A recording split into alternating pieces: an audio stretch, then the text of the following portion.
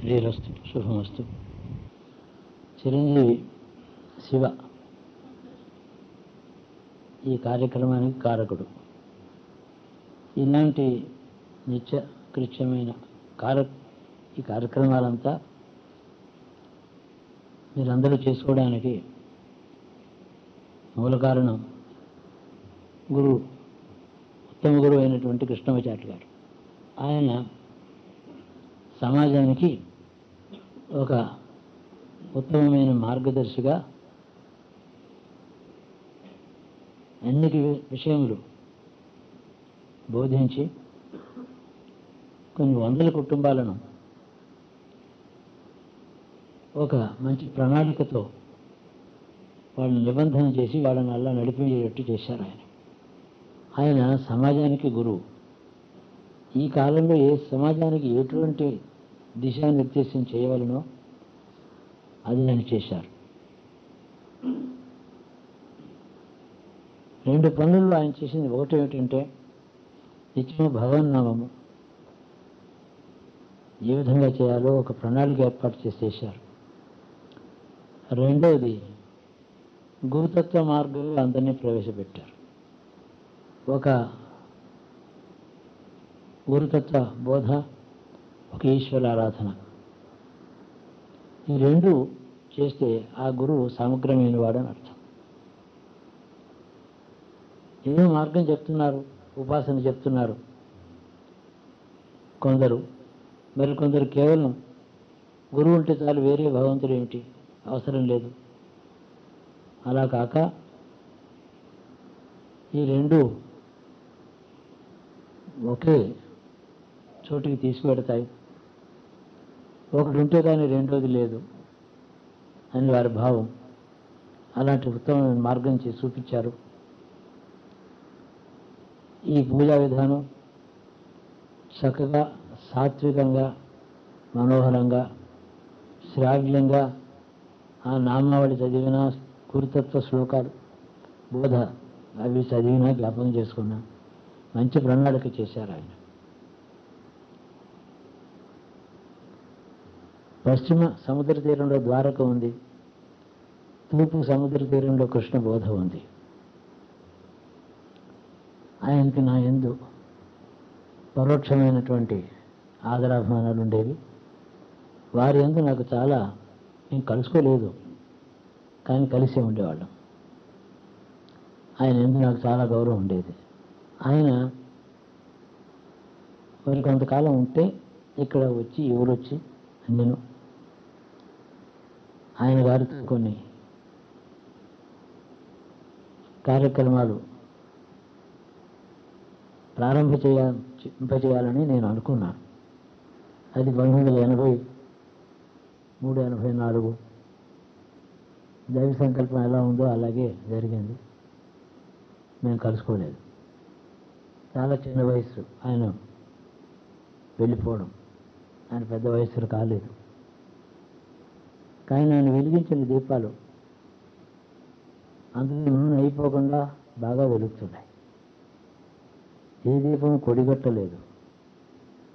అంతకన్నా గురువుకి సార్థకత్వమే ఉంటుంది.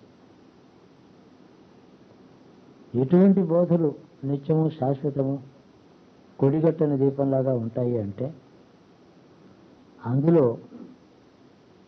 గురువు యొక్క వ్యక్తిగతమైనటువంటి ఆరాధనకి ఎక్కువ తావు లేకుండా మార్గాన్ని అనుసరిస్తూ అతన్ని స్మరిస్తూ ఉండేవి. మార్గ ప్రాధాన్యత వెనుకాల గురువు ఉండడం అనేటటువంటిది, ఆ పరిమాణం ఎంత ఉండాలో అంతే ఉంటే ఆ మార్గాలు సుగమంగా ఉంటాయి, శాశ్వతంగా ఉంటాయి. ఆయనకి అటువంటి పరిమాణ జ్ఞానం ఉంది. ఆయన చేసినటువంటి బోధనన్నీ కూడా వాటి విలువ ఎటువంటిదంటే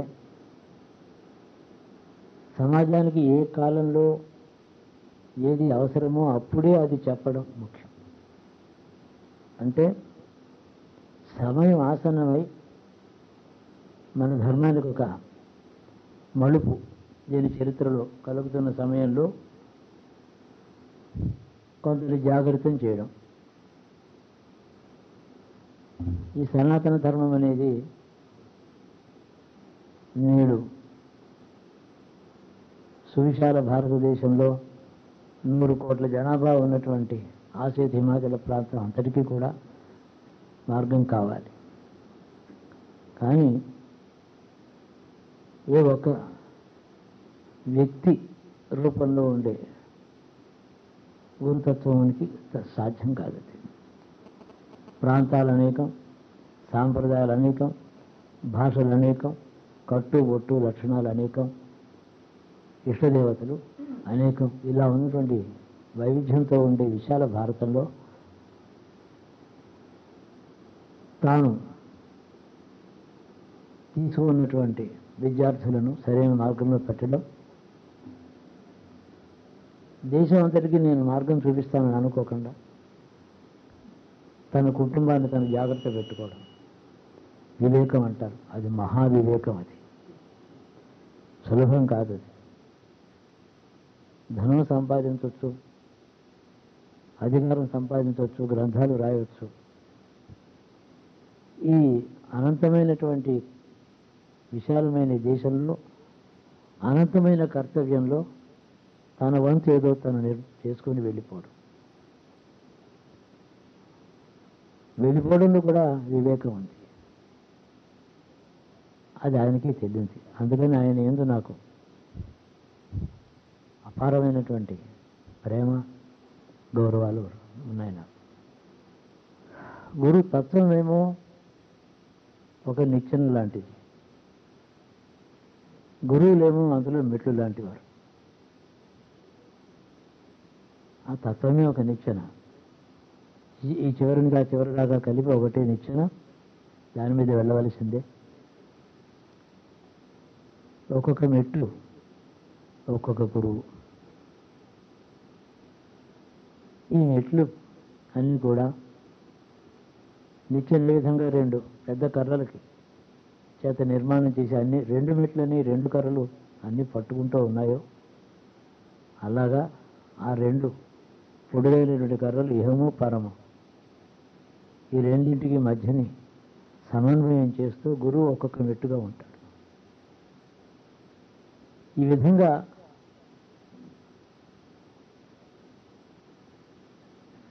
చేరవలసినటువంటి గమ్యస్థానం ఎంత దూరమో అంత నిచ్చెన. దీంట్లో చిత్రం ఏమిటంటే అందరికీ అన్ని మెట్లు ఉన్న నిచ్చెన అవసరం ఉండదు. వారి జన్మలో ఇంతకు ముందే చేరినటువంటి స్థితిని బట్టి ఆ స్థితికి ఒక్క మెట్టే దూరంలో ఉంటారు ఒకరు, 100 మెట్ల దూరంలో ఒకరు, 100 గురువులు ఒకరికి, ఒకే ఒక గురువు ఒకరికి. వాళ్ళకి ఏది అవసరమో అన్ని మెట్లు వాళ్ళు ఎక్కడానికి ఆ నిచ్చెన సిద్ధంగా ఉంటుంది. ఇదంతా కూడా ఈశ్వర సంకల్పం. సృష్టికర్త, హర్త, భర్త, సమస్త జీవకోటికి శరణ్యము. విద్య అవిద్యల యొక్క పడుగు పేకలతో, తెలుపు నలుపు దారాలతో ఈ అనంతమైనటువంటి ఈ చీరను నిర్మాణం చేసిన వాడెవడో అతడే కర్త. అతడి యొక్క స్ఫూర్తి ఏ ప్రాంతంలో, ఏ కాలంలో, ఏ భాషతో వెలువడుతుందో అది అతడికే తెలియాలి. ఎప్పుడు కూడా ఈశ్వరుని గురించి ఈశ్వరుడు అంటే ఇది అని ఎవరు చెప్పకూడదు. ఏది చెప్పినా రైటే అవుతుంది, ఏది చెప్పినా తప్పే అవుతుంది. అందుకని సహస్రనామాలు ఒకదానికొకటి పొంతన లేనివి ఉన్నాయి, పొంతన ఉన్నవి ఉన్నాయి, విశృంఖలంగా ఉంది. అలాంటి నామాలు ఇంకొక 10,000 రాసినా ఎవడైనా అవి కూడా రైటే. లేక మొదటి నామమే తీసుకుంటే అది చాలు. అట్లాంటి ఈశ్వరుని గురించి ఏమి ఎవరు చెప్తారు? బోధించేటప్పుడు కృష్ణాచార్యులు గారు ఒక పండితుడు, ఆయన స్కూల్ టీచర్గా కూడా పనిచేశారు, యూనివర్సిటీలో పనిచేశారు. క్లాసులో 40 మంది ఉంటారు, ఒకే పాఠం చెప్తారు, ఒకే టెక్స్ట్ బుక్ ఇస్తారు. కానీ ఎవరి మార్కులు వారివి. అందరికీ ఒక మార్కు రాలేదు, ఒకే టీచర్ ఒకే టెక్స్ట్ బుక్ కదా, ఒకే మార్కు రావాలి కదా, అలా ఉండదు. కానీ అందరికీ బోధ అదే, వాళ్ళ అంతస్తుని బట్టేవి అలా జరుగుతాయి. మొదట ఆయన స్మరణ నాకు చాలా జ్ఞాపకం వచ్చింది. మిమ్మల్ని అందరినీ చూస్తుంటే ఆయన ఇక్కడికి వచ్చి నా పక్కన కూర్చున్నారు అనిపిస్తుంది. శివ హృదయం, మీ అందరి హృదయాలు గురుభక్తితో ఒక క్రమశిక్షణాపూర్వకమైన మార్గంలో చక్కగా వెడుతున్నాయి. గమ్యస్థానం అందరూ చేరుకుంటారేమో సందేహం లేదు. ఎవరికి మరొక మెట్టు ఉందో, మరొక 4 మెట్లు ఉన్నాయో అవన్నీ ప్రణాళికల్లో ముందే ఉంటాయి. ఒకరికి ఆయనతోనే సరిపోతుంది. ఆయనతో అక్షరాభ్యాసం చేసుకున్న వాడికి 100 మంది గురువులు ఇంకా తర్వాత కావాల్సి వస్తారు. అవన్నీ కూడా ఆ ప్రణాళికలో ఉంటాయి. కనుక ఎవరి గురువు, ఒకానొక జగద్గురువు ఏ రూపంలో, ఎప్పుడు, ఎవరికి, ఏ సమయంలో, ఏ వయస్సులో, ఎన్ని రూపాలలో అనేక మందికి ఏకకాలం మందే కనపడతాయి. ఇవన్నీ కలిపితే ఒక గురువు అని పేరు. కృష్ణం వందే జగద్గురు, జగద్గురు అంటే కృష్ణుడు అని ఈ మాటకు అర్థం. జగద్గురు అయినటువంటి కృష్ణుడు అంటే కృష్ణుడు ఒకే జగద్గురు అని అర్థం. అనేక మంది జగద్గురువులు ఉండరు. జగద్గురువుల అంశలు అందరూను. మళ్ళీ త్రైలోక్య గురువు అని కూడా ఆయనకి, కృష్ణుడికి పేరు. కృష్ణతత్వాన్ని గురించి ఈనాడు ప్రస్తావన, విషయం అదే. అందరూ కలుసుకోవడానికి కారణం ఆయనే. అది ప్రతిపాదించాడు మా శివ, చిరంజీవి శివ. వేదాంతంలో బ్రహ్మవస్తువుని గురించి,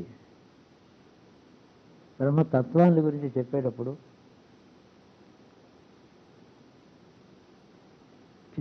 అక్కడ చాలా లాజిక్ ఉంటుంది. అందుకని వేదాంతం జోలికి ఎవరు వెళ్ళి సుఖపడలేదు. గురువు చెప్పిన వేదాంతం ఏదో 2 ముక్కలు, ఒరే ఇలా చేయి ఇలా చేయకు, సమస్త వేదాంతం అందులో ఉంది. సుఖంగా ఉన్నారు. ప్రతిపాద్య వస్తువు అని ఒకటి ఉంది. జగద్గురు శంకరాచార్యుల వారు శివతత్వాన్ని గురించి నాతో మీ అభిప్రాయం చెప్పమని మాట అడిగితే, అంటే వారికి మేము ఏ మార్గంలో ఉన్నామో అది తెలుసుకుందామని అడిగారు. మా శివతత్వం ప్రతిపాద్య వస్తువు అని నేను సిద్ధాంతం చెప్పాను. బాగుంది, ఏమిటి మార్గం?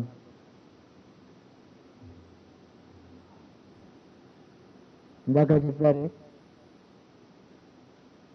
నీ భక్తులతోటి నిజము, నీ పాదార్చన, ఇవన్నీ అవే శివతత్వం. శివ మార్గం కూడా అదే.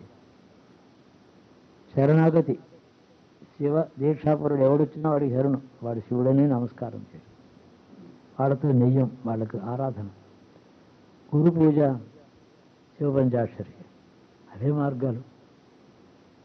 కానీ ఇవన్నీ కూడా గురు పూజ కానీ, పాదార్చకులతోటి నెయ్యం కానీ, నిత్యము భక్తుల ఆరాధన, ప్రేమ, ఇవన్నీ కానీ, ఇవన్నీ కలిస్తే మనుషుల్లో ఉండేటటువంటి మనోబుద్ధి చిత్తములు 3 కూడా 3 ఉద్యోగాలు లెక్కకాలం ముందు తీసుకుంటాయి.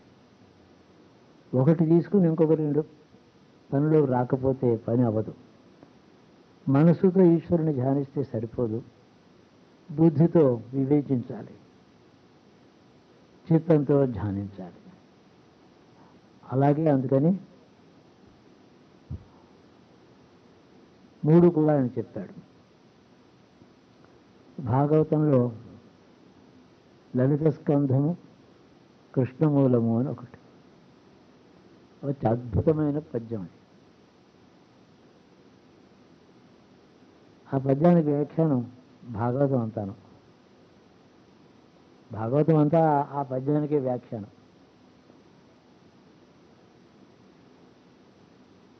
ఎప్పుడైనా భాగవతం తీసి ఆ పద్యం చదవండి. ఇక కృష్ణతత్వాన్ని గురించి మాటల్లో చెప్పాలనంటే ఎంతైనా ఉంది. మరీ చిన్న ఉపన్యాసం చెప్పకండి, మేము ఇంతమంది వచ్చాం కదా, తగు మాత్రంగా చెప్పండి అని మా శివుడు ఆదేశం. అతను ఏ పని చేసినా నాకు చాలా ముద్దుగా ఉంటుంది, అందుకని నాకు ఇష్టం. ఆదేశిస్తే అలా చేస్తాను. నేను మాట్లాడొద్దని అనుకోండి, మానేస్తాను. అలాగా అలాంటి వాళ్ళని అంత ముద్దుగా పిల్లలని చక్కగా తయారు చేశారు ఆ కృష్ణమాచార్య గారు. రాముడికి కృష్ణుడికి మంత్రశాస్త్రం ఏం చెప్పిందంటే, రాముడు శ్యామలాదేవిట, కృష్ణుడు లలిత. లలిత స్కంధము కృష్ణమూలం. మంత్రశాస్త్ర రహస్యం ఉంది. ఒక మాటే చెప్తున్నా, ఆ పద్యం పూర్తిగా వెళ్ళడం కుదరదు. అతడి లలిత అని. లలిత అంటే ఏమిటి? అమ్మవారు మనం సహస్రనామ చదువుతూ ఉంటాం కదా, ఆ మాటకు అర్థం ఏమిటి? సర్వమతి చరాచరం జగత్తు లలతీతి లలిత.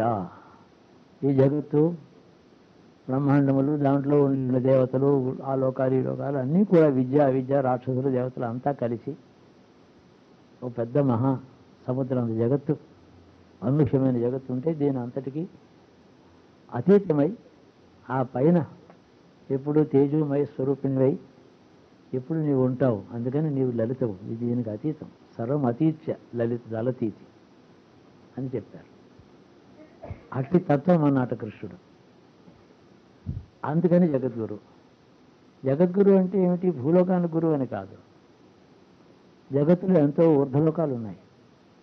దేవతలు ఉన్నారు, తర్వాత ఋషులు ఉన్నారు, బ్రహ్మలోకం ఉంది, వైకుంఠం ఉంది, కైలాసం ఉంది. ఎక్కడ ఏ జీవుని తీసుకున్నప్పటికీ అందరికీ అతడు గురువు అనే అర్థం. గురుత్వం ఎప్పుడు ఉంటుందంటే, ఈ చెట్టు ఇంత పొడుగు పెరిగింది, దానికి కారణం, దానికి మూలం, దాని వేరు ఎంత పెరుగుతుంది అంటే, ఆ వేరు ఎంత పెరగనిస్తుందో అంత పెరుగుతుంది. వేరు ఎంతకాలం బాగా ఆరోగ్యంగా ఉంటుందో అంత చెట్టు పెరుగుతుంది. అందుకని కృష్ణ మూలం. ఈ జగత్తుకి ఎన్ని లోకముల్లోనూ ఉండేటటువంటి సమస్త జీవకోటికి గురు ఈ జగత్తుకి మూలము. అది తత్వం. ఆ తత్వము ఊహించడానికి, ఇలా ఉంటుందని చెప్పడానికి వీలు లేదు. దాన్ని గ్రహించాను అనుకోవడం ఎప్పుడు సమంజసం అంటే, నదికి వెళతాం మనం అంతాను, రకరకాల పాత్రలు తీసుకెళ్తారు. ఒకరు బిందె, ఒకరు చెంబు, ఇంకొకరు మర చెంబు, ఇంకొకరు కొండ తీసుకెళ్ళి ఎవరికి పాత్రకి ఎన్ని నీళ్ళు వస్తాయో ఇంటికి తెచ్చుకుంటారు. జీవుడు తనకి వలసినంత జ్ఞానం సంపాదించుకొని ముక్తి పొందుతాడు. అదేమిటి, అందరికీ ఒకే జ్ఞానం, ఒక లెవెల్ ఉండదా, ఒకే పరిమాణం కాదా? అలా లేదు. ఏ విద్యాలైనటువంటి మూఢుడు ఒకడు ఉన్నాడు, వాడికి పోతూ సాధువు ఏదో ఒక మంత్రం చెప్పాడు, వాడు ముక్తి వచ్చేసింది. వాడికి చదువు లేదు, వేదజ్ఞత లేదు, ఏమీ లేదు. చివరికి వైరాగ్య భక్తులు ఏమీ లేవు. ఆ నామం మీద నమ్మకం పెట్టుకున్నాడు. మరొకడు వేదాంగాలు చదివాడు, యజ్ఞాలు చేశాడు, తపస్సు చేశాడు. మరొకడు చాలా మంత్రవేత్త, మహోపాసకుడు, శ్రీచక్రోపాసన, షట్చక్ర సీతారామ. ఒకటేమిటి, ఎన్ని గొడవలు ఉన్నాయంటే ఉపాసన భయమిస్తుంది అవన్నీ చూస్తే. పాపం వాళ్ళందరికీ కూడా అవన్నీ అవసరం అన్నమాట. ఎవరికి అవసరమో వారి పాత్రకి తగినంత తెచ్చుకుంటారు, నదిలో నీళ్ళులాగా. అవి వాళ్ళకి సరిపోతాయి. అందుకని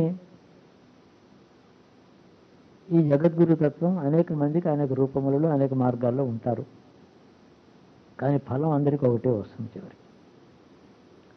చాలా తపస్సులు చేసిన వారికి, వేలాది తపస్సులు చేసిన తర్వాత వచ్చే ముక్తి, ఒకరు ఒక జన్మలో అజ్ఞానంతో కూడుకున్నటువంటి చిన్న పని చేసిన ముక్తి రావచ్చు.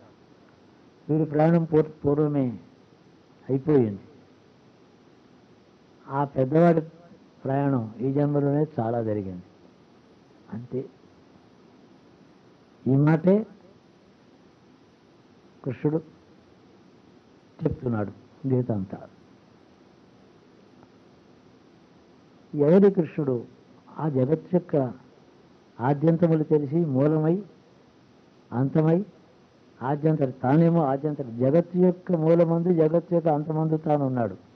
అంతే ఉన్నాడు అని అర్థం కాదు.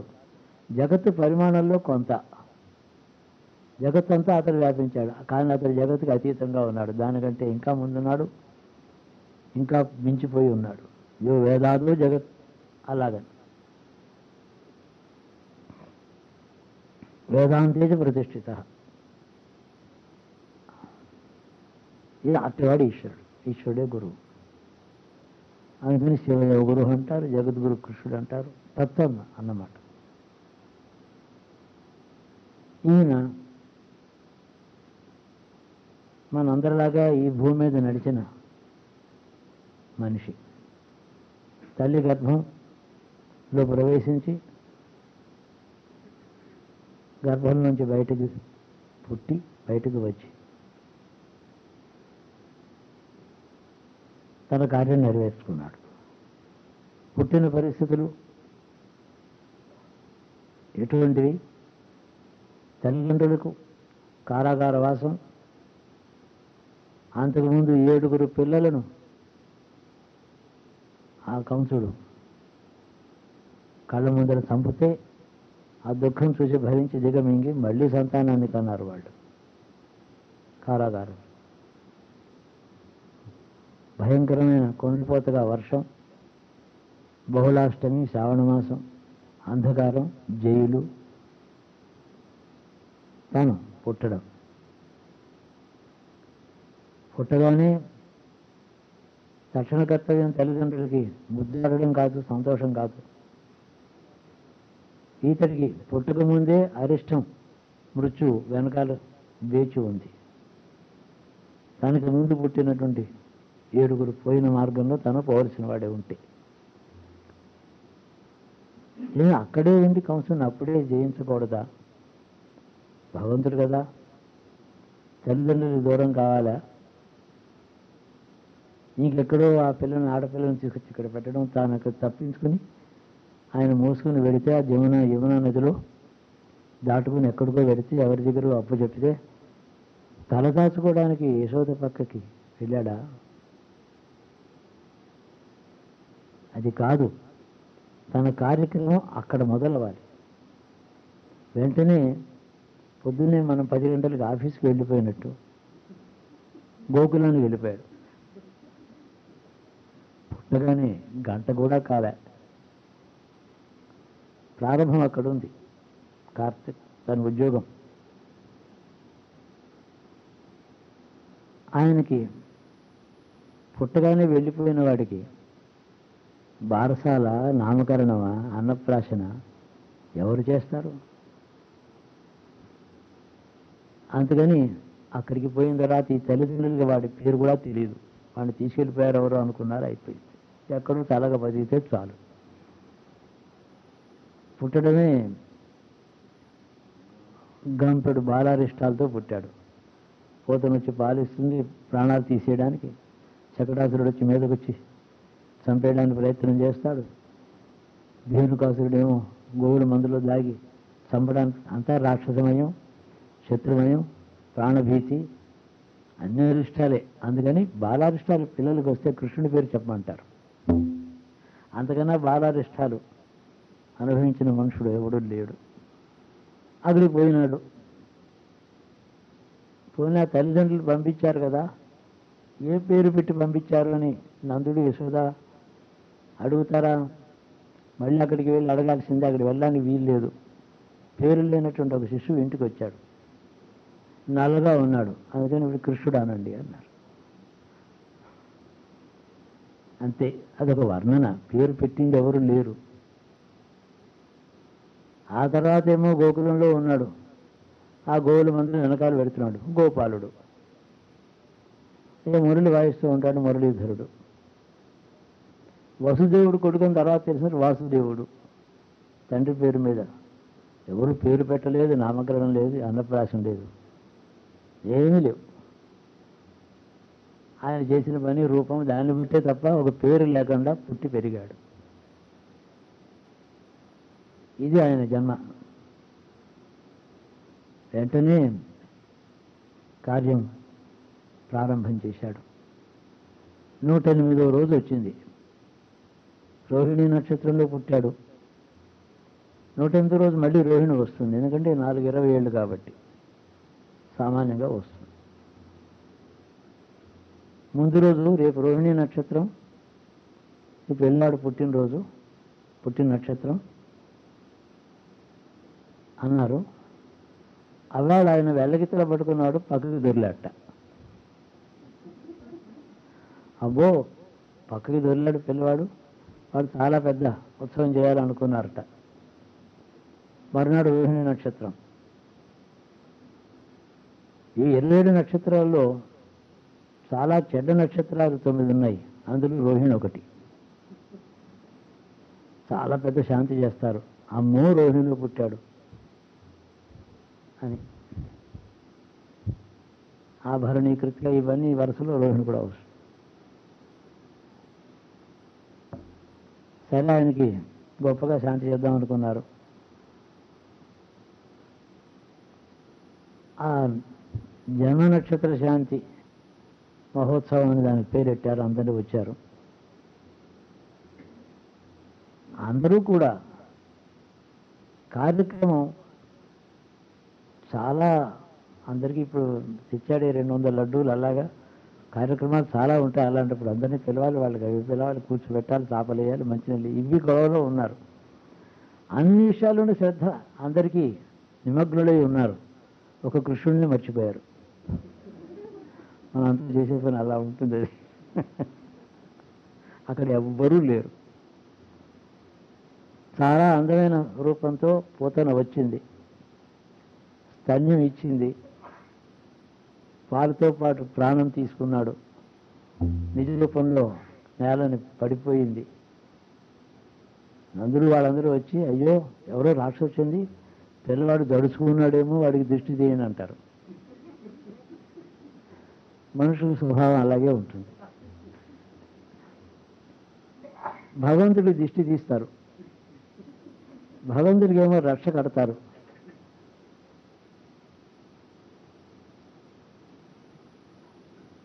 మనుషుల్లో తనకుండే భయాలు, తనకుండే ఆపదలు అన్నీ ఆ గురువుకి భగవంతుడు కూడా ఉంటాయి అనుకుంటూ ఉంటారు. అప్పటికి కానీ సామ్యం ఏర్పడదు. సామ్యం ఏర్పడాలి కదా, మావాడే నాలాగే ఉంటాడు అని అనుకోవాలి కదా. ఇదన్నమాట. తీశారు. 108వ రోజునే ఈ పోతన సంహారం అయిపోగానే వెంటనే వాడికి తెలిసింది, కంసుడికి. చాలా ఉదారమైన పరిపాలకుడు కదా, ఎక్కడున్నాడో ఏదో చాలామంది రాక్షసుల ప్రయోగాలు చేశాడు, ఎవరు మేము అక్కడి నుంచి తిరిగి రాలేదు, అక్కడే పోయారు. ఈ భయం కూడా కలిగింది. తాను వెళ్ళి అప్పుడే అనుమానం ఉంటే అక్కడికి వెళ్ళి తాను చంపొచ్చు, కానీ వాడికి ధైర్యం లేదు. తన దగ్గర ఇంకా చాలామంది దుర్మార్గులైన వాళ్ళు, రాక్షసులు చాలామంది ఉన్నారు. వాళ్ళందరినీ పిలిచి ఏం చేశాడంటే, ఎక్కడో పెరుగుతున్నాడని తెలిసింది, నాకు అనుమానం వచ్చింది. ఎక్కడ అతడే కావచ్చు, కావకపోవచ్చు, నాకు తెలీదు. దేశంలో తండ్రి పిల్లల్ని అందరినీ చంపేస్తే అందులో వాడు ఉంటాడు కదా. రాజాజ్ఞ ఎంత బాగుందో చూడండి. దేశంలో అందరి తండ్రి పిల్లల్ని చంపేయడానికి ఉద్యుక్తులే వెళ్ళారు. అలాంటి రాజ్యంలో పుట్టాడు. ఆ దేశం ఎలా ఉంది? కాళింది మడుగు, బ్రహ్మాండమైన మన కొల్లేరు సరస్సు అంత చెరువు అది. ప్రపంచంలో ఎంత వర్షం పడ్డా, ఎన్ని దేశం మొత్తం పడ్డ వర్షం అంతా కూడా అక్కడికి పోయి దేశం సురక్షితంగా ఉండేది. అంత చెరువు అది. అదంతా విషపూరితం అయిపోయింది. మహా విష సర్పాలు అందులో ఉన్నాయి. ఆ కాళింది మడుగు దాటి అవతల వైపు మహారణ్యం. అరణ్యంలో ప్రతి వృక్షము కూడా విషవృక్షమే. భాగవతంలో చోట చేయబడింది. ఆ చెరువు మీదుగా ఎగిరిన పక్షి లేదా అరణ్యం పైన ఎగిరిన పక్షి మాడి కింద పడి చచ్చిపోయేది. ఆ గాలికి విషప్రాయం, అంత విషపూరితమైపోయింది అడవి కానీ నీరు కానీ అన్నీ కూడా. అటువంటి పరిస్థితిలో గోవులకి రక్షణ లేదు, మనుషులకి రక్షణ లేదు, పశువులకి రక్షణ లేదు. తాను అక్కడ మధ్యలో పుట్టాడు. ఈ కార్యక్రమం నిర్వహించేటప్పుడు ఆయన శైశవావస్థలో చిన్న వయస్సులో ఉన్నప్పుడు రాక్షస సంహారం తన చేతులతోనూ కాళ్ళతోనూ చేశాడు. నోటితో పాలుగా కూడా చేశాడు. సర్వావయములతోనూ రాక్షస సంహారం చేశాడు శిశువుగా ఉన్నప్పుడు. ఆ తర్వాత అతడు గురువు అయినాడు. కర్తృత్వం ఏదో నెరవేర్చి తన పని తను చేసిన తర్వాత గురువు ఇంకొకరికి బోధ చేయవాలి. తను చేశాడు. కృష్ణుడికి అనేక శృంగార లీలలు మనం వర్ణిస్తూ పాడుకుంటూ ఉంటాం. రాసలీల, గోపికలతో అలా ఉన్నాడు, ఇలా ఉన్నాడు, అంతా శృంగారమయమైన వ్యక్తిగా మాట్లాడతాం, పాడతాం, కీర్తనలు రాస్తాం. కానీ ఒకటి గుర్తుపెట్టుకోవాల్సింది, ఆయన గోకులంలో 11 సంవత్సరములు పూర్తయ్యేదాకా ఉన్నాడు. 12వ సంవత్సరం దాకానే వెళ్ళిపోయాడు. ఈ శృంగార లీలలు అతడివా వారివా? వారి యొక్క మనస్సుల్లో, గోపికల మనస్సుల్లో ఎటువంటి భావాలు ఉన్నాయో అదే అతడిని నాయకుడిని చేసి వాళ్ళ మనసులో ఏదో ఉన్నదో అదే కావ్యాల్లో వర్ణించబడింది. అతడి క్రియలు కావు. లేకపోతే చాలా నీతిని గురించి చాలా విషయాలు చేసి నేటి ప్రపంచానికి అంతా అవినీతిగా కనపడుతుంది. నీతిజ్ఞులు కదా నేడు అంతా. నీతి అంటే నిలువనిస్తారు, నీతి తప్ప మరొకట్లేదు ఇప్పుడు నేటి ప్రపంచంలో. అందుకని రాముడిని విమర్శిస్తారు, నీతిగా లేడు, తప్పులు చేశాడు. కృష్ణుడు ఏమిటా పనులన్నీ వాళ్ళని వేలెత్తి చూపించి వెలిగినటువంటి నీతిజ్ఞులు నేడు ఉన్నారు. వాళ్ళ కోసం నేను సమాధానం చెప్తున్నా. 11 సంవత్సరాల తర్వాత అక్కడ ఉండలేదు, పని లేదు అక్కడ. అక్రూరుడు వచ్చాడు, తీసుకెళ్ళాడు. ఆయన అక్కడ చేసినటువంటి కార్యక్రమాలు గబగబా ఒకే రోజులో అయిపోయాయి. చావనూరు ముష్టికల్ని వాళ్ళని చంపడం అన్నీ అయిపోయినాయి. పెద్ద ఆలస్యం ఎందుకు? ఇంకా చిన్నప్పుడే పనిలో చేరిన వాడికి ఈరోజు చదువు సంఖ్య ఏమీ లేదు. మన వాళ్ళు చదువుకోకపోతే పిల్లవాడిని కొబ్బరి ఏరా గొడ్లను వేపుకుంటావా, చదువు అక్కర్లేదా అని. రెండు ఆయనకి వర్తిస్తాయి. చదువు అక్కరలేదు, ఆవుల్ని మేపుకుంటాడు. గోవింద శబ్దానికి అర్థం, గో శబ్దానికి జీవాత్మలు అని అర్థం. వెంద తీసి వాళ్ళని ఆనందపరిచి శాశ్వతమైన ఆనందాన్ని జీవులకు ఇచ్చేవాడు గోవిందుడు.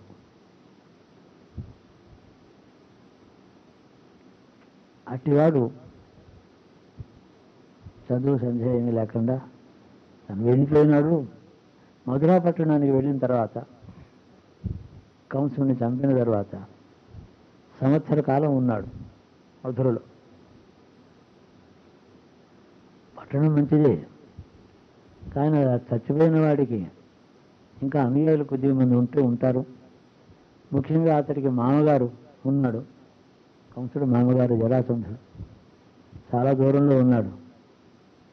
అతడు తన అల్లుడిని చంపాడని చెప్పి ఇతన్ని బంధించడానికి సేనలు పంపించి 2 నెలలకు ఒక ముట్టడి మధురా పట్టణం మీద చేశాడు. దుర్భేద్యమైనటువంటి ఆ కోట పట్టణం వాడి వశం కాలేదు, వెళ్ళిపోయినాడు. ప్రతిసారి జరాసంధుడు వచ్చి కోటను ముట్టడించి పట్టణాన్ని దిగ్బంధనం చేసినప్పుడు ప్రజలు కష్టపడుతున్నారు.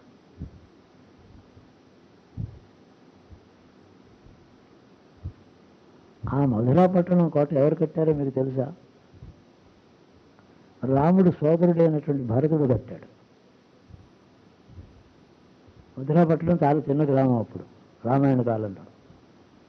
అన్నదమ్ముల రాజ్యాలందరికీ మీరు ఏలుకొని పంచుకున్నారు, రాముడే చేశాడు వాళ్ళని. మధురాపట్నం చిన్న గ్రామం అయితే రాముడు ఏం చేశాడంటే, నాయన భరత దీన్ని పట్టణాన్ని వృద్ధి చేసి యమున ఒడ్డునుంది ఇది, ఆ యమునను ఊళ్ళ మీద పడకుండా గట్లు బాగా కట్టి పెద్ద పట్టణం చేసి ప్రజారంగా పరిపాలించవలసింది చెప్తే మధుర పట్టణాన్ని భరతుడు చాలా గొప్పగా వృద్ధి చేశాడు. ఇదంతా కట్టుకథలు కాదు, చరిత్ర అని గుర్తుపెట్టుకోండి. భారతదేశంలో కట్టుకథలు లేవు, చరిత్రే ఉంది. దాన్ని పురాణం అంటాం మనం. అంత కట్టుదిట్టమైన కోట. మీరు ఎప్పుడైనా మధుర వెడితే ఆ కోట ప్రాకారాలు అవి ఇప్పుడు కూడా చూడొచ్చు. ముఖ్యంగా మనం మధుర వెళ్ళగానే ఆ జైలు చూస్తాం. ఆ కోట బేస్మెంట్ అంటే ఇప్పుడు ఈ కింద బిల్డింగ్ పైన ఉంది, కింద ఉన్నాం మనం. అలాగా ఆ కోటలో ఉండే భవనాలన్నీ ఎత్తుగా ఉంటాయి. నేల కింద ఇలాంటి చోటు ఒకటి ఉంటుంది. అక్కడ కొన్ని గదులు కారాగారం. అక్కడి నుంచి ఎవరైనా తప్పించుకుని వెళ్ళడానికి సాయుధ బాండులు ముందర అటువైపు ఉంటారు. ఇంకోవైపు పెడితే తిన్నగా దారి నడుచుకుంటూ పెడితే యమునలోకి వెళ్ళిపోతుంది. అది యమునలో మొసళ్ళు ఉండేవి ఆ కాలంలో, వరదలు లేనప్పుడు. వరదలు ఉంటే ఏనుగులు కూడా కొట్టుకుపోయే అంత వరదలు. కాబట్టి ఆ మార్గంలో యమునకి దగ్గరికి చేరి ఎవరు వెళ్ళలేరు. ఆయన పుట్టిననాడు రాత్రి ఆ కారాగారం నుంచి ఆ దారి ఎప్పుడు తీసే ఉంటుంది, అక్కడ ఎవరు వెళ్ళలేరు కాబట్టి అలా వెళ్ళాడు ఆయన ఆ పిల్లవాడిని తీసుకుని, తండ్రి.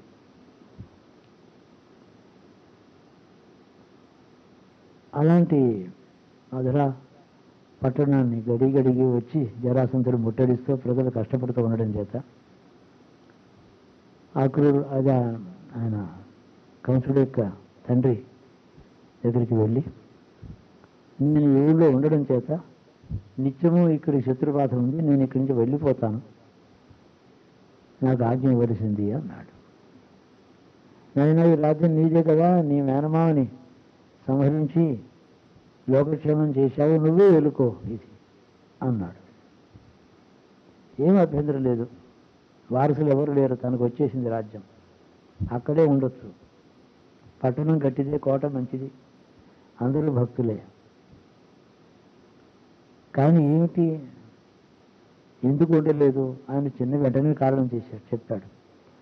లోకక్షేమం కోసమని కంసుని చంపాను నువ్వు అంటున్నావు, ఈ రాజ్యం కోసమని కంసుని నేను చంపానని అందరూ అంటారు, కాబట్టి ఈ రాజ్యం నేను తీసుకోకూడదు. చిన్న ధర్మం ఆ వృద్ధుడికి చెప్పి వెళ్ళిపోయాడు. చిత్రం ఏమిటంటే అక్కడికి వెళ్ళిపోయినాడు, మళ్ళీ రోహిణి నక్షత్రం వెళ్ళిపోయినాడు. ఆ తర్వాత 12 సంవత్సరములు ఎక్కడ ఉన్నాడో, ఏ ఊరిలో ఉన్నాడో, ఏం చేశాడో ఎవ్వరికీ తెలియదు. ఆయన 125 సంవత్సరముల జీవిత చరిత్రలో అన్కౌంటెడ్గా ఏమీ తెలియకుండా ఉన్నటువంటి 12 సంవత్సరములు అవి.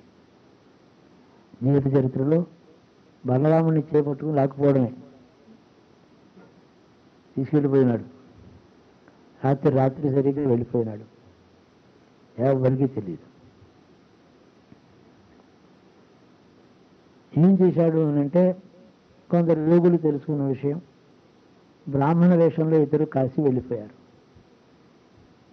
బ్రాహ్మణ వేషంలో రోజు గంగా స్నానం చేస్తూ విశ్వనాథుడికి హరహర అంటూ ఇన్ని నీళ్లు పోసేసి వేదము, శాస్త్రములు, ధనుర్వేదం అన్నీ నేర్చుకున్నాడు. అక్కడ నేర్చుకోవడం ఏమిటి, తెలియదా? తెలిసినవే. గురువు అంటే నాకు ఇవన్నీ లెక్కలేదు, నాకు చదువు అక్కర్లేదు అనేవాడు కాదు, అందరిలాగా చదువుకునేవాడు. అందులో కూడా అతడు మార్గదర్శకుడు. ఒక విషయం చెప్తాను. కృష్ణ యజుర్వేదం, శుక్ల యజుర్వేదం రెండు ఉన్నాయి. అప్పటికే ఇంకా తర్వాత పుట్టింది శుక్ల యజుర్వేదం. వ్యాసుడు శిష్యుడు గురువు పరస్పరం మాట అనుకుంటే కృష్ణ యజుర్వేదం అంతా కూడా అక్కడ వదిలేసి శుక్ల యజుర్వేదం సంపాదించుకున్నాడు సూర్యుడి యొక్క అనుగ్రహంతో అతడు. అది వేరే కథ. కాశీలో వేదం నేర్చుకుని చదువుకున్న వాళ్ళలో అగ్రగణ్యుడైనటువంటి విద్యార్థి ఏకసంతాగ్రాహి మంత్రంలో మొదటి మాట చెప్తే మంత్రం అంతా ఆయన గురువుకి చెప్పేవాడు. ఆ వేదానికి ఆయన పేరు వచ్చింది. ఈ యజుర్వేదం కృష్ణుడి చేత ఉపాసించబడింది. కృష్ణ యజుర్వేదం దీని అనండి అన్నారు. ఇంక ఏ అర్థమో దానికి సరిపోదు. కృష్ణ శబ్దానికి ఏమో ది డార్క్ యజుర్వేద అని ఇంగ్లీష్ రాస్తుంటారు, ఈ వైట్ యజుర్వేద ఏమిటివి? అది మనం చదువుకునే ట్రాన్స్లేషన్. అది బాగుంటే మిగతా వ్యాఖ్యానం ఇంగ్లీష్ చదువుకోవచ్చు. ఇంకా కొందరు డార్క్ అంటే బాగుండేదేమో బ్లాక్ యజుర్వేద, డార్క్ యజుర్వేద బాగా వాడారు. అది డార్క్ కాదు, బ్లాక్ కాదు, అంత తేజోమయం. అది ఆయన చదువుకున్నాడు. అక్కడి నుంచి 12 సంవత్సరములు చిన్నప్పుడు 11 సంవత్సరం పూర్తవగానే వచ్చాడు. 1 సంవత్సరం ఏమో మధురలో ఉన్నాడు. 12 పూర్తవగానే వెళ్ళిపోయాడు. 12 సంవత్సరాలు ఇక్కడ ఉన్నాడు. రోజు రుద్ర పూజ చేశాడు, బ్రాహ్మణ వేషంలో శివారాధన చేశాడు. ఆ బ్రాహ్మణుడు ఎవరు పిల్లవాడు ఎవరికీ తెలియదు. బ్రాహ్మణుడు అందరూ నమస్కరించేవారు చూస్తాను. ఆ నల్లని కుర్రవాడంటే ఎవరో బ్రాహ్మణుడు కుర్రాడు, వేదం గురువుకి చెప్పుతున్నాడు అని ఇలాగా కీర్తి ప్రతిష్టలు. అక్కడి నుంచి అంతర్ధానం అయిపోయారు. ఇక తర్వాత చరిత్ర అప్పటికి 24 ఏళ్ళు అయింది. ఇంకా 100 సంవత్సరాలు బాకీ ఉంది జీవితంలో. అప్పుడు ఆయన తాను ఈ 12 సంవత్సరాలలో వేదం చదువుకుంటూ మాత్రమే ఉంటాడా? అప్పటికి పశ్చిమ సముద్ర తీరంలో ద్వారకా పట్టణం శిథిలావస్థలో ఉంది. చాలా పూర్వపు పట్టణం అది. అది ద్వారావతి దాని పేరు. 8 ద్వారాలతో ఉండేటువంటి పెద్ద కోట గోడ కలిగిన పట్టణం అది. అందులో 7 ద్వారాలను సముద్రం వైపు ఉండేవి, 1 మాత్రమే భూమి మీద ఉండేది. ఎవరైనా రావాలంటే ఒకే ద్వారం, సముద్రంలో పోవాలంటే అన్ని దారులే. అలా కట్టారు దాన్ని. చాలా పురాతనమైన పట్టణం. దాన్ని పరిపాలించే రాజు సరైన ఏమీ వ్యవస్థ లేక శిథిలావస్థలో ఉంది. ఎవరిని పంపించాడో ఏమిటో ఈ 12 ఏళ్లలో గట్టిగా కోటని పటిష్టం చేసి ఆ పట్టణం అంతా కూడా పునర్నిర్మాణం చేసి బాగు చేయించాడు. ఆయనకి అంతమంది అనుయాయులు అప్పుడే ఉన్నారు. 24వ సంవత్సరం కాగానే చిన్న అక్కడికి వెళ్ళి జెండా ఎగరేసాడు, ఇది నా ఊరు అని. ఆ తర్వాత ఈ యాదవులకి యదు అనేటటువంటి, యాదవులు అంటే గొల్లవారు కాదు, యదువంశస్థులు. గొల్లవారు యదువంశాన్ని సేవించుకున్నారు కాబట్టి వాళ్ళు యాదవులు అయిపోయారు. వారందరినీ కూడా ఎందుకు అక్కడ ముక్క చక్క శాఖోపశాఖలుగా ఉండి దేశం అంతా ఒక దేశం, ఒక రాజ్యం, ఒక రాజు, ఒక సమాజం అంటూ లేకుండా సేవ చేసుకుంటూ అంతటా ఉన్నారు వాళ్ళందరూ. అందరినీ అక్కడ సమీకరించి యాదవ సామ్రాజ్యాన్ని స్థాపించాడు ఆయన. ఒక మనుషుడి చరిత్ర చెప్తున్నాను. అక్కడ యాదవ సామ్రాజ్యం స్థాపించడం, తనని తాను లోకానందరికీ ప్రకటించుకోవడం, తాను ఉన్నాడని. భాగవతానికి కృష్ణ భాగవతం అని, భారతానికి కూడా కృష్ణ భారతం అని పేరు. మహాభారత కావ్యానికి ఆద్యంతములు అతడే. అందరి చేత అన్ని పనులు చేయించినవాడు అతడు. ఏ పని చేయలేదు. కర్తవ్యాన్ని బోధించాడు గురువుగా. ధర్మం యొక్క స్వరూపం ఏమిటో ఇలా ఉంటుందని చెప్పాడు. సత్యము అసత్యము, నిత్యము అనిత్యము మొదలైనవి ద్వంద్వములు జగత్తులో ఎలా ఉంటాయో ఆయన బోధించాడు.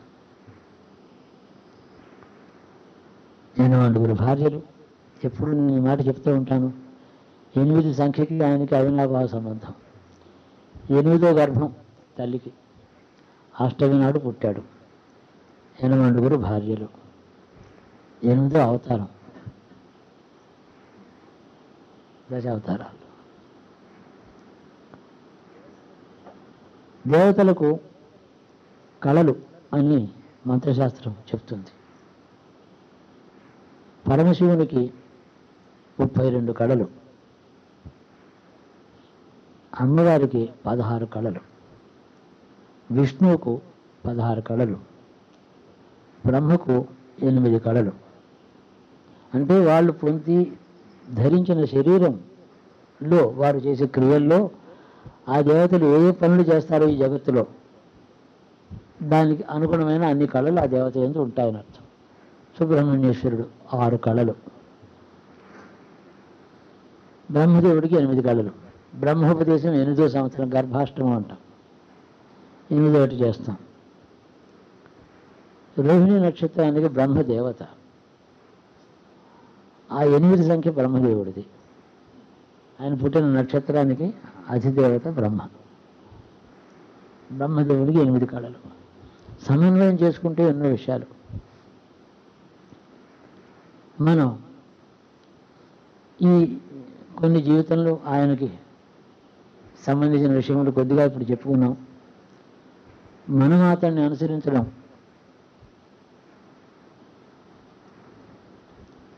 ఆయన అన్నాడు, ఈ విధంగా మాం ప్రపంచంతో తాం తథైవ భజామ్యహం. నన్ను ఏ విధంగా ఎవరు ఆరాధన చేస్తారో వాళ్ళని ఆ విధంగానే నేను భజిస్తాను. భజిస్తానంటే వాళ్ళని సేవిస్తాననే మాట అలా అనిపిస్తుంది. భజించడం ఏంటంటే వాళ్ళని తాను స్వీకరిస్తాడు. శత్రువు అయినా సరే, శత్రువుగా భావించినా వాళ్ళకి తాను వాళ్ళని రక్షిస్తాడు. తనలో కలుపుని రక్షించవచ్చు, శిక్షించి రక్షించవచ్చు, బోధించి రక్షించవచ్చు, ఎలాగైనా చేయవచ్చు. అన్ని మార్గాలు ఆయనవే. అతని యొక్క బోధ ప్రత్యక్షంగా తీసుకున్నవాడు అర్జునుడు. అర్జునుడు ఇంద్రుడి యొక్క అంశలో పుట్టినవాడు. కృష్ణుడేమో ఉపేంద్రుడు. ఇంద్ర సోదర అని చెప్పి ఇందాక ఆయన అష్టోత్తరంలో కూడా ఉంది. ఇంద్రుడి యొక్క తమ్ముడు అని. ఇంద్రుని తమ్ముడై తాను అతన్ని రక్షిస్తూ ఉంటాడు ఇంద్రుడిని. ఉపేంద్ర శబ్దం చేత మహావిష్ణువే ఉపేంద్రుడే అక్కడ ఉన్నాడు. ఈ కృష్ణుడు ఆ ఉపేంద్రుడే అని. ఇక్కడ కూడా తాను జ్యేష్ఠుడు కాకుండా బలరాముడు వెనకాల ఉన్నాడు తమ్ముడుగా. ఇంద్రుడి అంశలో పుట్టిన అర్జునుడికి ఉపేంద్రుడైన తాను బోధించాడు. ఇలాగ అన్వయాలు చేసుకుంటూ అనేకం చెప్పుకోవచ్చు. నీ పాద కమల సేవయు, ఎలాగా ఆయన పాద కమలాలు మనకు ఎక్కడ దొరుకుతాయి? ఈ మాట అర్థమైనా ఉందా? ఎవరికి వర్తిస్తుంది? నీ పాద కమల సేవ. ఆయన పాద కమలములు దొరికితే చేస్తామేమో, బాగానే ఉంది. అప్పుడు కూడా రోజు చేయము, ఆయన రోజు అక్కడ ఉంటే ఎలా వీలవుతుంది అసలు? అది ఎప్పుడు అష్టమి నాడు అయితే చేస్తాం, కానీ రోజు ఎక్కడ చేస్తాం అంటారు. మరి ఎక్కడ ఈ పాద కమల సేవ ఎక్కడ చేయాలి? సరే నీ భక్తులతోటి నెయ్యం అంటే బాగానే ఉంది, వాళ్ళు దొరుకుతారు. నీ పాద కమల సేవ అంటే ఏంటంటే గురు పాదుకలు హృదయంలో ఉంటాయి. ఆ ద్వంద్వాతీతములవి అవి రెండే, కానీ రెండు అనే భావాన్ని నిర్మూలిస్తాయి. యదంఘ్రి కమల ద్వంద్వం ద్వంద్వతాప నివారకం. రెండు పాదములను ఆరాధిస్తే ఈ సృష్టిలో రెండున్నాయి, రెండుగా కనపడ్డాం. సుఖ దుఃఖాలు, జన్మ మృత్యువులు, అస్తిత్వ నాస్తిత్వాలు అని రెండు భావంతో మనుషుడు బంధించబడి ఉన్నాడు. అది ద్వంద్వం. దానివల్లనే మనుషులు ద్వంద్వ దృష్టితో పునర్జన్మ ఎత్తుతున్నారు. ఏ గురుపాదములైన రెండింటిని సేవిస్తే ఆ ద్వంద్వ స్థితి పోతుందో అట్టివాడు గురువు. కాబట్టి అతన్ని హృదయమందు ఈ రెండు పాదములను మనం గుర్తుపెట్టుకోవాలి. అందులో కూడా కృష్ణుడు ఎప్పుడు రెండు పాదముల మీద నిలబడినట్టు ఏ మంత్రశాస్త్రం చెప్పలేదు. అక్కడ ఒక పాదం వ్యత్యస్తంగా కుడి పాదం మీద తాను నిలబడి, ఎడమ పాదం ఏమో పక్కకి ఇలా పెట్టుకుని ఉండే స్థితిలో ఉన్నాడు ఆయన ఎప్పుడు కూడా. ఆయన అక్కడ స్థిరంగా పెట్టుకున్న పాదం భూలోక జీవులకు, ప్రకృతి వశమైన జీవులకు ప్రకృతి నుంచి రక్షించడానికి ఏర్పడిన పాదం స్థిరంగా అక్కడ ఉంటుంది. వ్యత్యస్తంగా ఉండే పాదం ఊర్ధ్వగతిని సూచించి తనలో తీసుకెళ్ళి అలాగే ఉంటుంది ఆ రెండు పాదముల యొక్క స్థితి. వ్యత్యస్త పాదాలు ఎంత. ఆయన భక్తుల గురించి చెప్పేది ఏమిటి? భారతదేశం అంతా ఆయన భక్తులే. ఎవరికి తోచిన విధంగా వారు ఆరాధన చేశారు. బెంగాల్లో భక్తుడు ఉండేవాడు, వాడు ఒక గురువు గారు ఉండేవారు.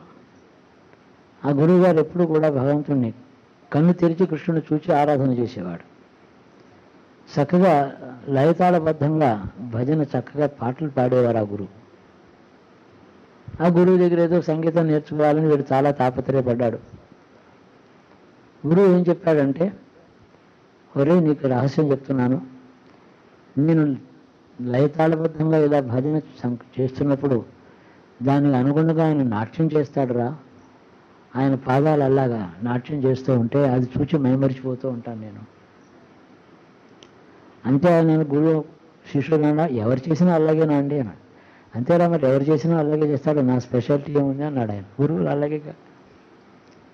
సరే, వీడికి ఆ భజన నేర్చుకున్నాడు, తప్పుడు తాళంతో నేర్చుకున్నాడు.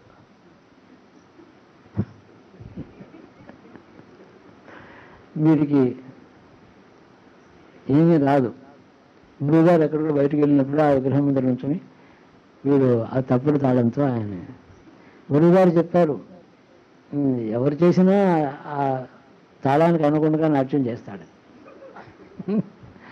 వీడి తప్పుడు తాళానికి అనుగుణంగా నానా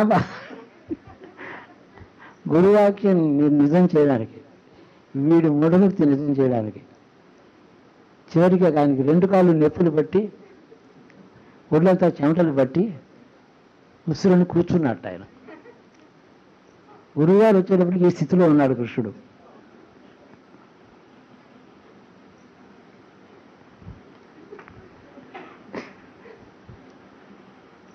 ఏమిట్లా ఇలా ఉన్నాడంటే దాకటి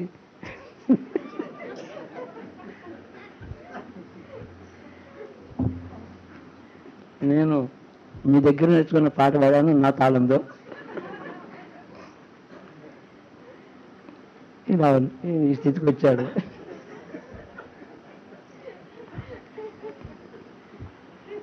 ఇది ఈశ్వరుని యొక్క కళ్యాణ గుణంలో అగ్రగణ్యమైన గుణం.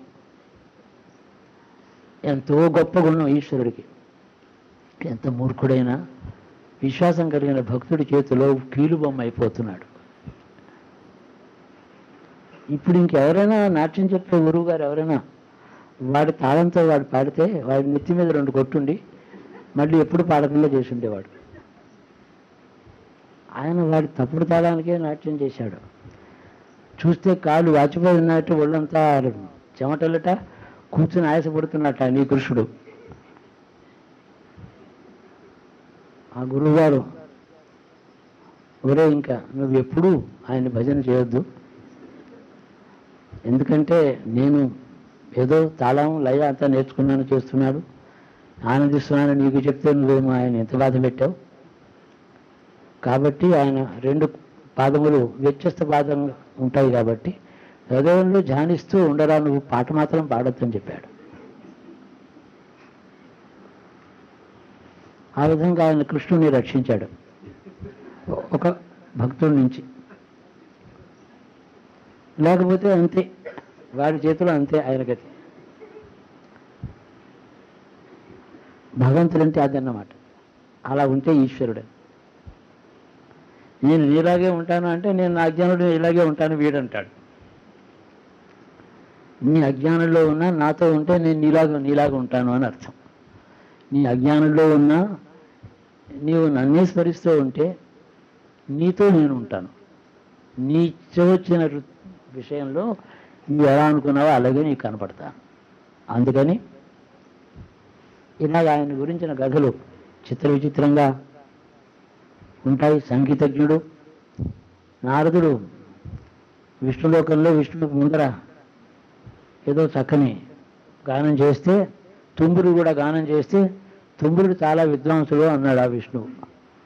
కొంప ములిగింది నారదుడికి, నేను మహావిద్వాంసుని నేను అనుకుంటున్నాను, కాబట్టి ఏమిటి నా గతి, సంగీతం నాకు రాలేదా?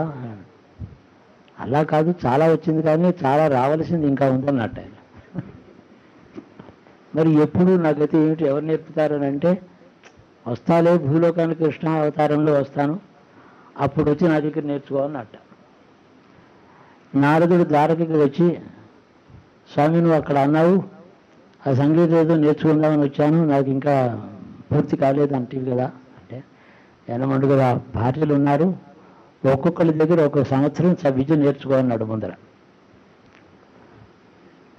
8 భార్యల దగ్గర 8 సంవత్సరంలో నారదుడు శుశ్రూష చేశాడు అని ఒక గాథ. ఆయన చేసినటువంటి విద్య అంతా పూర్తయిన తర్వాత ఈ సంగీతం యొక్క సారం ఏమిటి అంటే, సంగీత సాహిత్యములకు అన్నిటికీ సారం నేను రా అన్నట్ట. నన్ను చూడు, నీవు నేర్చుకునే విద్య యొక్క సారం. తుంబురుడు తన విద్య యొక్క సారం నన్నుగా భావించి పాడాడు, అందుకని సారం తెలిసిన విద్య అయింది అతడిది. అలాగా అంతంత వారికి బోధ చేశాడు ఆయన.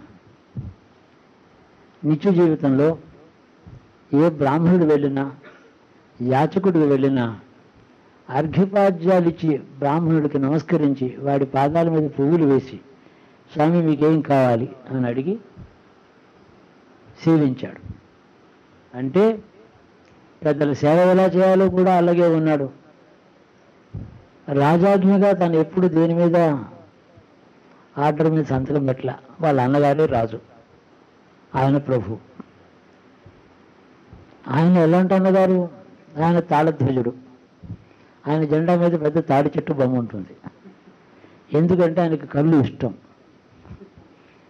కళ్ళు తాగుతాడు. తాళధ్వజుడు పిచ్చి కోపి, ఆ కోపానికి అంతులేదు. మోసం చేయడం సులభం కానీ మనిషిని కన్విన్స్ చేయడం సాధ్యం కాదు. అలాంటి వాడు ఆయన. ఎవరైనా వెళ్ళి ఆయన మోసం చేయవచ్చు, కానీ ఆయన చేత ఏ విషయం ఒప్పించలేరు ఎవరు. అలాంటి రాజు నిత్యం హాయిగా ఆయన కొన్ని కళ్ళు తాగేవాడు. అంశ దైవాంశే అయిన ఇలా ఉండడం ఏమిటండి, కాలానుగుణ్యం అది. ఆ కాలానికి ఏ విధంగా ఎలా కావాలో అలా చెప్పాడు. ఆ విధంగా ఆ అన్నగారికి నమస్కారం చేస్తూ తల్లిదండ్రుల్ని తెప్పించుకున్నాడు ద్వారకకు. దేవకి వసుదేవులు వచ్చారు, యశోద నందులు కూడా వచ్చారు. వాళ్ళని వీళ్ళని. ఓ కవి అన్నాడు, ఏమిటయ్యా నీ న్యాయం, 7 పిల్లలు పోగొట్టుకుని 9 నెలలు నిన్ను 8వ గర్భంలో మోసి జన్మని ఇచ్చినటువంటి తల్లికి కనపడనే లేదు, నువ్వు ఏమీ నిన్ను స్మరించడమైనా చేయలేదు. భగవంతుడు నా గ్రామంలో నా కొడుకుగా పుట్టాలని అనుకుందా యశోద? ఆ దృష్టే లేదు, భగవంతుని గురించి ఆలోచించనే లేదు ఆవిడ. నేను ఎప్పుడూ ఏ విధంగానూ స్మరించని యశోదకి అంత ఆనందము ఆవిడకి ఇచ్చావు, కన్న తల్లికి ఇంత దుఃఖం ఇచ్చావు, నువ్వు చేసిన న్యాయం ఏమిటి అని అడిగాడు. అనూహ్యమే. ఆమె అదితి, కన్న తల్లి అదితి, యశోద భక్తురాలు. కన్న తల్లి కంటే భక్తురాలు ఎక్కువ. ఆయన యొక్క ఆ సెన్స్ ఆఫ్ ప్రపోర్షన్ అంటామే ఎవడికి మూలం కాదు, ఎవడికి తెలియదు. మహాభారతంలో అతడిని పూర్తిగా అర్థం చేసుకున్నవాడు భీష్ముడు. అర్థం తలుచుకునే వాళ్ళు మిగతా వాళ్ళందరూ. అందరినీ యుద్ధంలో తాను చంపలేదు, చంపించాడు. సంహారానికి ఆయుధంగా వాడుకున్నాడు పాండవులను, అంతేకాని తాను ఎవరిని చేసుకోలేదు. ఒక మాట ఆయనకి క్రోధం వచ్చింది, నేడు భీష్ముని చంపదు, నిన్ను గాతు విలువ మర్దనయించు. భీష్ముడేమో యుద్ధం ఘోరంగా చేశాడు. ఎవరు ఆయన ఎదురుగుండా ఆయన వెళ్ళలేకపోయారు. ఆ రోజు ఊరుకుంటే ఆ రోజంతా పాండవులను అందరినీ కూడా ఆయనే చంపేస్తాడేమో అని అనుకున్నారు. అలా ఎందుకు జరిగింది, అసలు ఎందుకు జరగాలి? ఆ భీష్ముడు అష్టవసువుల్లో ఒక దేవత, మనుషుడై పుట్టాడు, శాపగ్రస్తుడై బ్రహ్మచారి. తనలో ఉండేటువంటి మనుష్యత్వం, మనుష్యుడుగా, ఈ కుటుంబానికి రక్షకుడుగా, ఒక సేనాపతిగా ఎంత యుద్ధం చేయాలో ఆ హద్దు మీరి దేవతాశక్తుల లోపల జీవుల్లో ఉండే వాటి శక్తులని తాను బహిర్గతం చేసుకుని మనుషులతో దేవతగా యుద్ధం చేసి చంపడం మొదలెట్టాడు. ఓహో, నువ్వు వీళ్ళందరూ మనుషులు, నువ్వు దేవతవు అని అనుకుంటున్నావా? నీలాంటి కోటానుకోట్ల దేవతలు నా రోమకుపాల్లో అంతర్ధానం అవుతున్నారు, నేనున్నాను ఇక్కడ, నన్ను చూడు అని చెప్పి దేవతలు కూడా ఒళ్ళు తెలియనటువంటి ఆవేశంలో కొన్ని పనులు చేస్తారు. భీష్ముడు ఆ పని చేశాడు. తన హద్దు మనుషుడిగా వాళ్ళకి సేవ చేయడమే కానీ, యుద్ధం చేయడమే కానీ, దైవాంశతో మనుషులను చంపడం అనేది కాదు. వెంటనే ఒక క్షణంలో అతడి బుద్ధి చెప్పడానికి, ఇప్పుడే నిన్ను చంపుతాను, క్షణం నేను చంపడం నాకు లెక్కలేదు, కత్తి పట్టను, బాణం ముట్టుకోను అన్నవాడి పని చేశాడు. నిజంగా ముట్టుకోవాల్సిన పని లేదు. అతడు ఎదురుగుండా విజృంభించగానే అతడు చప్పగా చల్లారిపోయాడు భీష్ముడు. జ్ఞాపకం వచ్చింది. దేవతలకు కూడా గురువుగా ఒళ్ళు తెలియని సమయంలో వాళ్ళకి తెలిసేటట్టు చేసిన వాడు ఆయన. ఈ సంఘటనలు ఆయన సన్నిధిలో ఉన్నాడు. గీతంతా అర్జునుడికి బోధ చేశాడు. అంపశయ్య మీద 49 రోజులు ఉన్నాడు భీష్ముడు. 49 రోజులు గడిచిన తర్వాత 49 రోజు రాత్రి తెల్లవారిన తర్వాతనే ఉత్తరాయణ ప్రారంభమైంది. మార్గశిర మాసంలో యుద్ధం పూర్తయింది. అన్నాళ్ళు ధర్మరాజు ఆయన సేవించుకోవడానికి, తాత నీకు అన్యాయం చేశాను, నీకు గాయాలు తగిలిన, నేను చంపాను, నేను దుర్మార్గుడిని, రోజు వేడి ఏడవడానికి వెళ్ళేవాడు ఆయన. తర్వాత చేసే ఉపచారం ఇది. మొదటి రోజు అయిపోయిన తర్వాత రోజు వెడుతుంటే ఆయన పైగా ఆయన ధ్యానంలో ఉందాం అనుకుంటే రోజు ప్రశ్నలు వేసి ధర్మాలు తెలుసుకోవడం మొదలెట్టాడు. అడిగినవి అడుగుతూ వచ్చాడు. ఏమి కృష్ణుడు అక్కడ ఉన్నాడు కదా, ఈయన అడగొచ్చు కదా. కృష్ణుడు ఇవ్వాల్సిన బోధ అంతా అర్జునుడికి ఇచ్చాడు. ఆ బోధ ఏమిటో తెలుసుకున్నారు పాండవులు నలుగురు కూడా. రాత్రి సమయంలో వాళ్ళ గుడారంలో ఉండి ఆ బోధన గురించి తెలుసుకుంటూ ఉండేవారు. ఆయన లోకంలో మనుషుడే పుట్టిన తర్వాత ఏమేమి ధర్మాలని ఆచరించాలి, అందుకని ధర్మరాజు యొక్క అంశంలోనే పుట్టినటువంటి ధర్మరాజు, యమధర్మరాజు అంశంలో పుట్టిన ధర్మరాజు మీ తాత దగ్గరికి వెళ్ళి ఇక్కడ ధర్మాలు, భూలోక ధర్మాలని తెలుసుకో అని చెప్పాడు. కృష్ణుడి యొక్క జీవితకాలంలో అక్కడ ఆనాడు మహర్షులు ఎంతోమంది ఉన్నారు. వ్యాసుడే ఉన్నాడు, మైత్రేయ మహర్షి ఉన్నాడు, ఉత్తంగాదుల మహర్షులు అనేక మంది ఉన్నారు. ఏమి గీతలో చెప్పిన బోధలు చేయగలిగిన, బోధించగలిగిన విజ్ఞానం వాళ్ళకి లేదా? వాళ్ళకి లేదనే అర్థం. సృష్టి అంతటికి కూడా ఆద్యంతములు తెలుసుకున్నవాడు తాను ఒక్కడే. ముఖ్యంగా మహర్షులకు బ్రహ్మ విద్యా రహస్యములు తెలుసు, కానీ అవిద్య యొక్క స్వరూప స్వభావములు, ప్రపంచం యొక్క నడవడికి ఎలా ఉంటుందో దాని గురించిన పరిజ్ఞానం లేదు వాళ్ళకి. ఎందుకంటే ప్రపంచాన్ని వదిలిపెట్టి వైరాగ్య మార్గంతో వాళ్ళు బ్రహ్మవస్తువును ఉపాసించిన వాళ్ళు. ఈతడు ప్రపంచం అంతా వ్యాప్తిలో ఉండి తానే వ్యాపించి ప్రపంచ జ్ఞానం సంపూర్ణంగా ఆద్యంతం తెలిసిన వాడు తాను. బ్రహ్మజ్ఞానమైన గురూపదేశంతో వస్తుందేమో కానీ ప్రపంచ జ్ఞానం ఎవరికీ రాదు, పూర్తిగా ఎవరికీ రాదు. అది ప్రపంచం యొక్క లక్షణం. అంత క్లిష్టమైనది ఈ జగత్తు. అది కూడా సంపూర్ణంగా తెలిసినవాడు కాబట్టి, తానే సర్వేశ్వరుడు కాబట్టి ఆ విషయం అర్జునుడికి బోధ చేశాడు. లౌకిక జ్ఞానం అంతా భీష్ముడి చేత ఇప్పించాడు. అంటే బోధించడం ఒక్కసారి ఆయన బోధించాడు గురువుగా. ధర్మరాజు కూడా బోధింపజేశాడే కానీ తాను చెప్పలేదు. ఆ విధంగా ఆయన జీవితాంతము ఆయన ప్రతి క్షణము కూడా చక్కగా కర్తవ్యాన్ని నిర్వహించుకున్నాడు. ఇంకొకరికేమో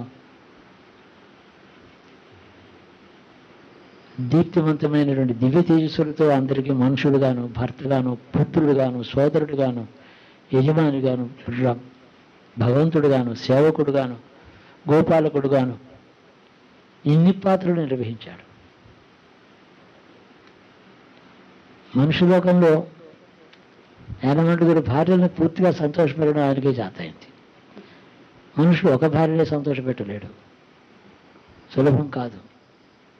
అందుకని భార్యకి త్యాగం బోధిస్తూ ఉంటాం. ఏ భర్త భార్యను సంపూర్ణంగా సంతోషపెట్టలేడు కాబట్టి నువ్వు సంతోషపడాలి అని చెప్పి వీళ్ళకి చెప్తూ ఉంటాం. ఆయన నిజంగా చేశాడు. అనేక స్వభావాలు కలిగిన వాళ్ళు. మళ్ళీ మనుష్యుడిగా ఉన్నప్పుడు నేను ఈశ్వరుని అనేటువంటి అలాంటి భావాలు కూడా వాళ్ళ అంతఃకరణలో ఈశ్వరుడని వాళ్ళు అనుకోవాలి, కానీ నేను ఈశ్వరుడిగా రకరకాల పనులు చేస్తానని వాళ్ళు అనుకోకూడదు మళ్ళీ. ఎందుకంటే భగవంతుడు వాళ్ళకి తను తాను రుజువు చేసుకోవాల్సిన అవసరం లేదు. రుక్మిణీదేవికి ఒక మనవడు, వాడేమో నిద్రపోతున్నప్పుడు వాడిని బాణాసురుడు కూతురు వరించింది. అందంగా ఉంటాడు చాలాను, వాడిని చేసుకుంటాను అంది. బాణాసురుడికి కృష్ణుడికి సగం ఎరుక, ఇద్దరికి అసలు పడదు. వాడు శివభక్తుడు ఎక్కడో సోనపురంలో ఉంటాడు, అంటే అస్సాం అవతల వాడి రాజ్యం.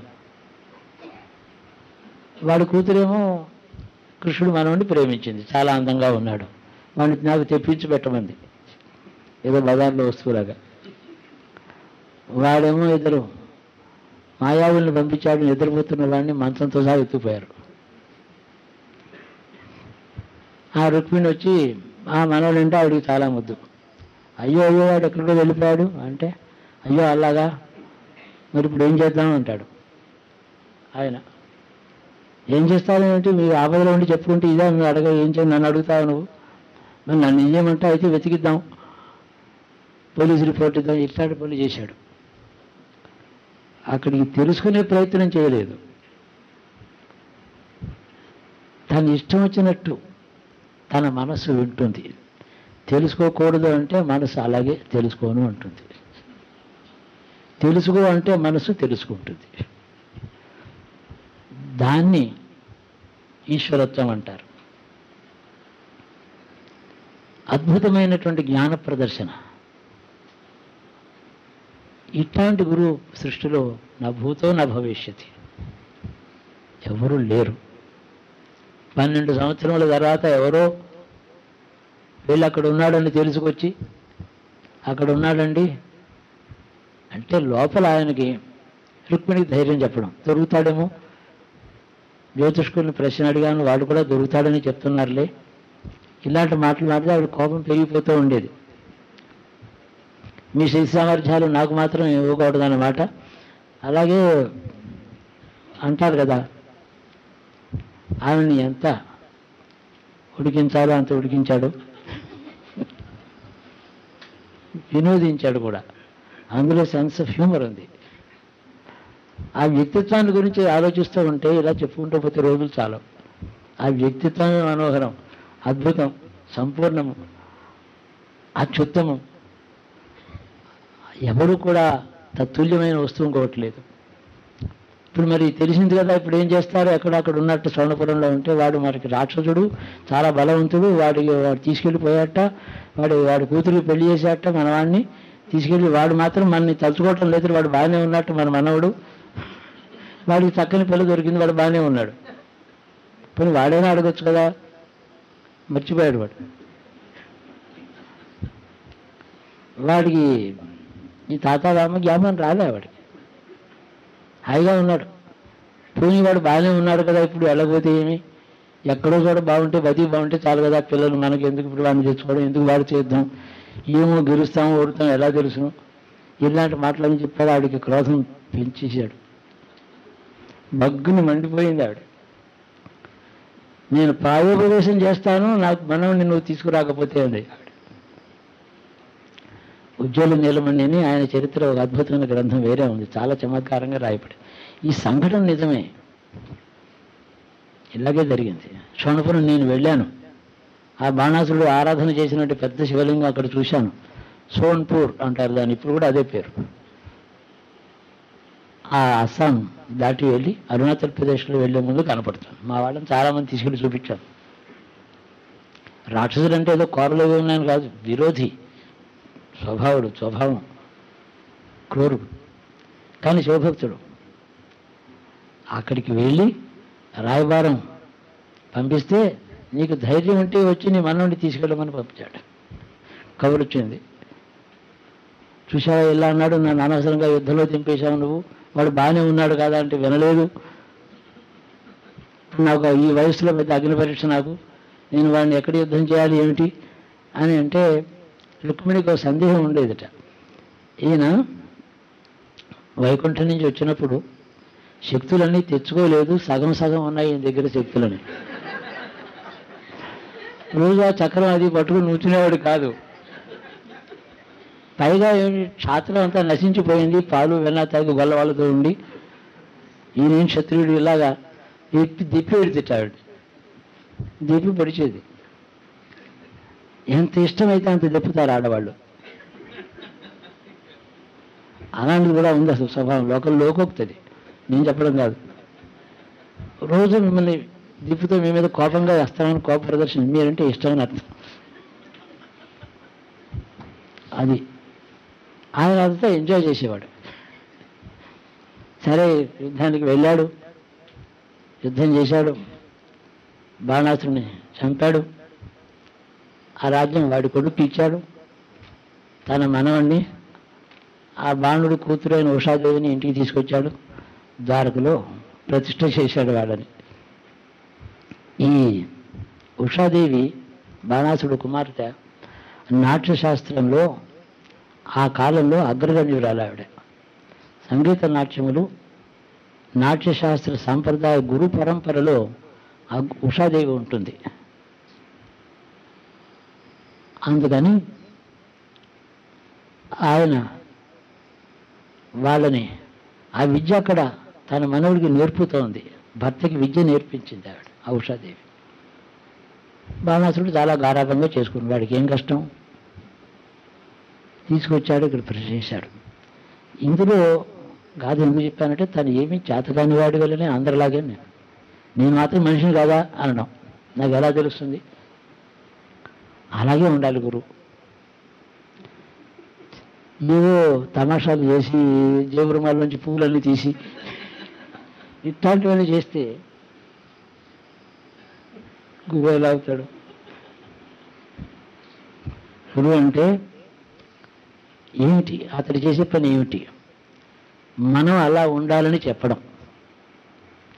కాస్త మంత్రం ఏదో ఉపదేశం చేసి దేవత రాత్రి ప్రత్యక్షమే నీకు వీడికి ఏదో బొట్టు పెట్టింది అనుకోండి, మర్నాడు నుంచి నేను చెప్పింది నిజం అయిపోతుంది అని చెప్పి 100 మందిని రోజు పిలుచుకుంటూ ఉండడం గురువుగారనే పేరుతో. అలాగా చేయకూడదు, నాకేం తెలియదు అనాలి.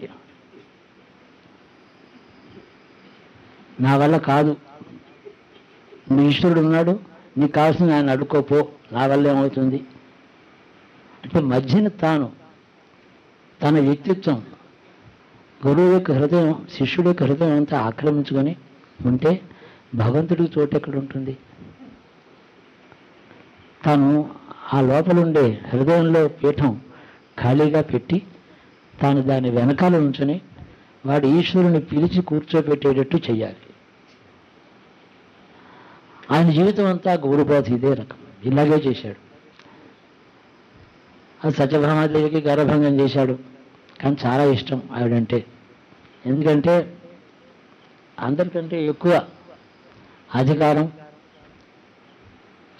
తన స్వత్వం, నేను, నా వస్తువు ఇది, పొజెసివ్ ఇన్స్టింక్ట్ అందరికంటే ఎక్కువ ఉన్నది ఆవిడికి. అలా ఉంటే నీది వస్తువు నువ్వు అనుకుంటే పర్వాలేదు, ఇతరులది కూడా అనుకుని ఒప్పుకోనువ్వు అనేవాడే. అందుకని ఆవిడకి ఒక బోధ చేయాల్సి వచ్చింది. తులాభారం ఇవ్వ మనం వింటూ ఉంటాం.